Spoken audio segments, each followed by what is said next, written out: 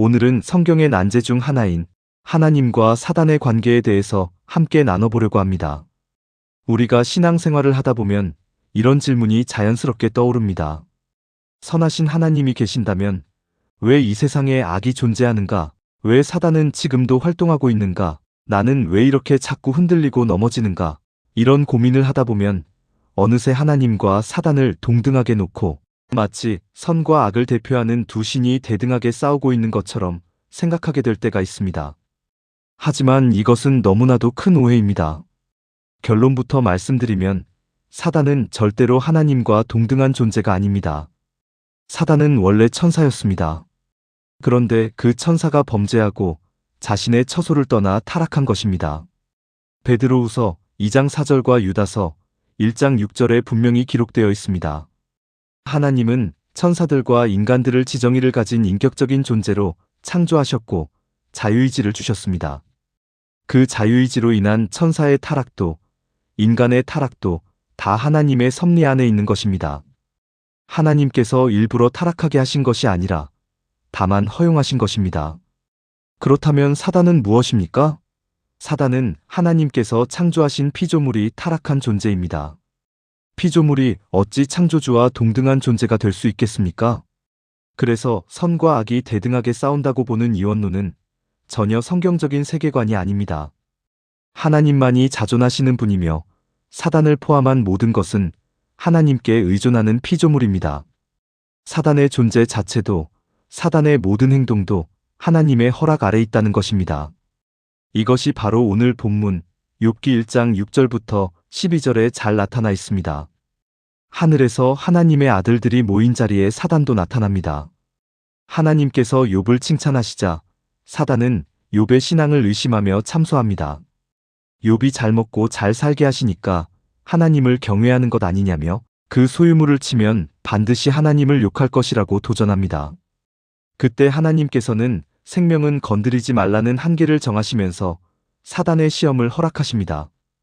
여기서 우리가 분명히 알 수 있는 것이 있습니다. 사단이 욥을 시험하려 할 때 반드시 하나님의 허락을 받아야 했다는 것이고 그 시험의 한계도 하나님께서 직접 정하셨다는 것입니다. 이것만 보아도 하나님과 사단이 동등한 존재라는 생각이 얼마나 잘못된 것인지 분명히 알 수 있습니다. 그렇다면 하나님은 왜 사단의 시험을 허락하시는 것일까요?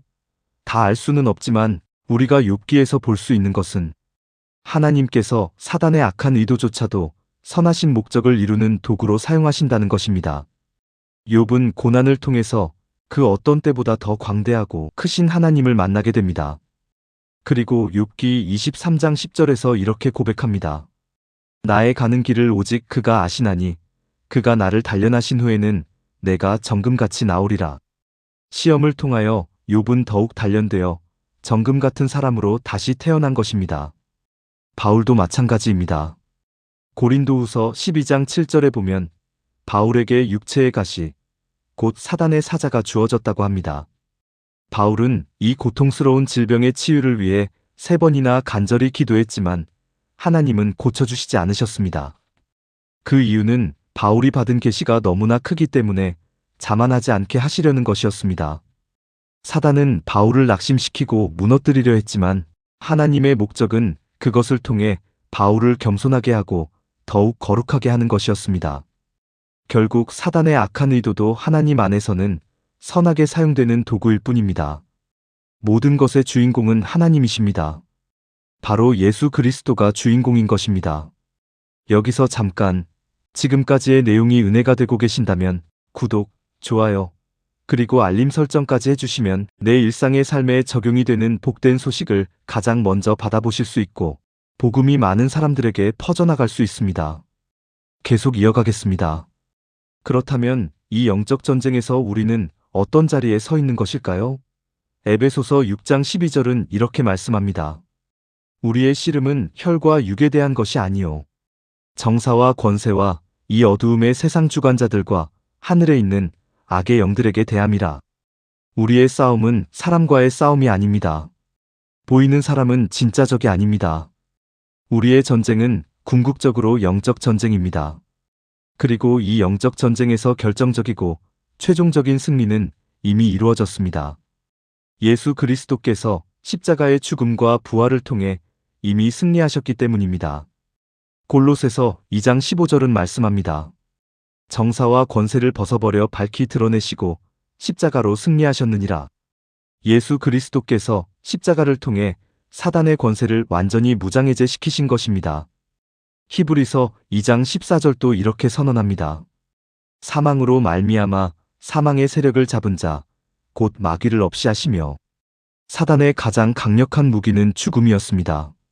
죽음으로 인간을 두려움에 가두고 하나님으로부터 분리시키는 것이 그의 전략이었습니다. 그런데 예수님이 바로 그 죽음 속으로 들어가셔서 죽음을 이기고 부활하심으로 사단의 무기를 빼앗으셨습니다.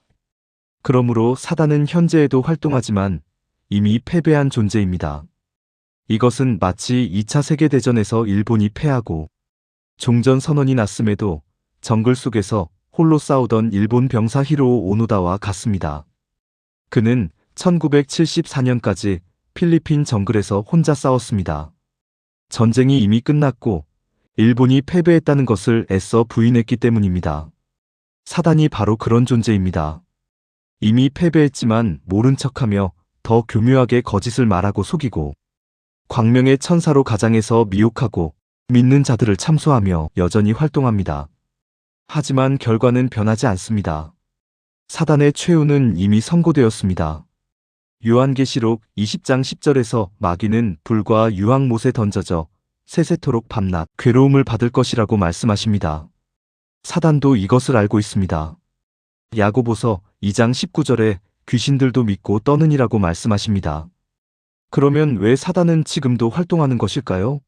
그것은 할 수 있는 한 최대한 많은 영혼들을 함께 멸망의 길로 끌어들이려는 것입니다. 자신의 죽을 운명을 알고 있는 사단이 절망 가운데 발악하며 같이 죽자고 덤비는 것입니다. 그렇기 때문에 우리는 더더욱 이 절망적 존재인 사단의 공격에 두려워하지 말아야 합니다. 우리는 이미 이긴 싸움을 하고 있기 때문입니다. 누가복음 10장 19절에서 예수님은 말씀하십니다. 내가 너희에게 뱀과 전갈을 밟으며 원수의 모든 능력을 제어할 권세를 주었으니 너희를 해할 자가 결단코 없으리라. 이것은 우리의 능력이 아닙니다. 예수님께서 주신 권세입니다. 우리는 우리 자신의 능력으로 싸우는 것이 아니라 이미 승리하신 그리스도의 이름으로 그 권위를 위임받아 싸우는 것입니다. 구체적인 싸움의 방법도 말씀하십니다. 야고보서 4장 7절입니다. 너희는 하나님께 순복할지어다 마귀를 대적하라 그리하면 너희를 피하리라. 이 말씀에는 두 가지 명령이 있고 순서가 중요합니다. 먼저 하나님께 복종하는 것이 선행되어야 합니다. 하나님과의 관계가 회복된 상태에서 마귀에게 담대하게 대적하라는 것입니다. 말씀과 기도와 믿음으로 정면으로 대적하면 마귀가 피한다고 성경은 약속합니다. 또한 우리에게는 전신갑주가 있습니다. 에베소서 6장에 자세히 나와 있습니다. 진리의 허리띠로 하나님의 말씀을 붙잡고 의의 호심경으로 그리스도의 일을 덧입고 평안의 복음의 신을 신고 흔들리지 않는 복음의 토대 위에 서고 믿음의 방패로 의심과 두려움의 불화살을 막고 구원의 투구로 우리의 생각을 보호하고 성령의 검, 곧 하나님의 말씀으로 싸우는 것입니다. 예수님도 광야에서 바로 이 말씀으로 사단을 이기셨습니다. 마지막으로 요한일서 4장 4절 말씀을 함께 붙잡으시기 바랍니다. 자녀들아, 너희는 하나님께 속하였고 또 저희를 이기었나니 이는 너희 안에 계신 이가 세상에 있는 이보다 크심이라. 우리가 사단을 이기는 것은 우리의 의지력도 신앙심도 도덕성도 아닙니다. 바로 우리 안에 계신 성령 하나님 때문입니다. 지금 저와 여러분 안에 성령 하나님이 계십니다. 세상에 있는 사단보다 우리 안에 계신 하나님이 크십니다. 이것이 우리의 자랑이요 담대함의 근거입니다. 사단은 눈에 보이지 않지만 분명히 존재합니다. 그리고 우는 사자같이 삼킬 자를 찾아다닙니다. 그러나 사단은 하나님의 허락 없이는 아무것도 할 수 없는 피조물이며 이미 예수 그리스도의 십자가에서 패배한 존재입니다. 판결문은 이미 작성되었고 집행만 남아 있습니다. 그러므로 우리 성도는 무서워 떨면서 싸우는 자가 아닙니다. 이미 이긴 싸움의 결과를 이 땅에서 적용하고 선포하고 누리는 자입니다. 요한복음 16장 33절에서 예수님은 이렇게 말씀하셨습니다. 세상에서는 너희가 환난을 당하나 담대하라. 내가 세상을 이기었노라. 사단은 이미 패했고 예수 그리스도 안에서 우리는 이미 이긴 것입니다. 지금 고난을 겪고 계십니까? 시험 가운데 있으십니까? 이 모든 것이 하나님의 주권 아래 있음을 믿으시고 평안을 누리며 담대히 나아가시기를 주님의 이름으로 축원드립니다. 다음 시간에도 우리의 평범한 일상의 삶에 반드시 적용해야 할 은혜의 말씀으로 찾아뵙겠습니다. 샬롬.